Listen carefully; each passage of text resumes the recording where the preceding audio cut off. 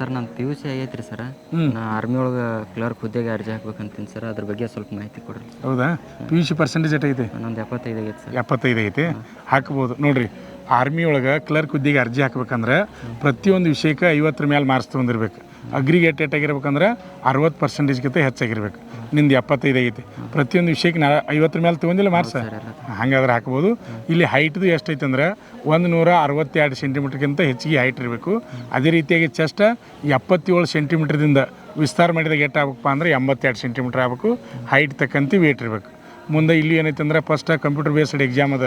ಅದು ಪಾಸ್ ಆದಮೇಲೆ next physical ಬರ್ತದೆ.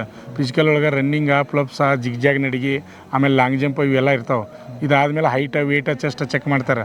ಆಮೇಲೆ ಡಾಕ್ಯುಮೆಂಟ್ ಎಲ್ಲ ಚೆಕ್ ಮಾಡ್ತಾರೆ. ಆಮೇಲೆ ಮೆಡಿಕಲ್ ಚೆಕ್ ಮಾಡ್ತಾರೆ. ಆಮೇಲೆ ಫೈನಲ್ ಮೆರಿಟ್ ಮಾಡಿ ಆಮೇಲೆ ರಿಸಲ್ಟ್ ಮಾಡ್ತಾರೆ. ಆ ರೀತಿ ಎಲ್ಲ ಹಂತಗಳನ್ನ ದಾಟಿ ನೀ ಪಾಸ್ ಆದಿ ಅಂದ್ರೆ ಅಗ್ನಿವೀರ ಕ್ಲರ್ಕ್ ನೀ ಆಗ್ಬೋದು.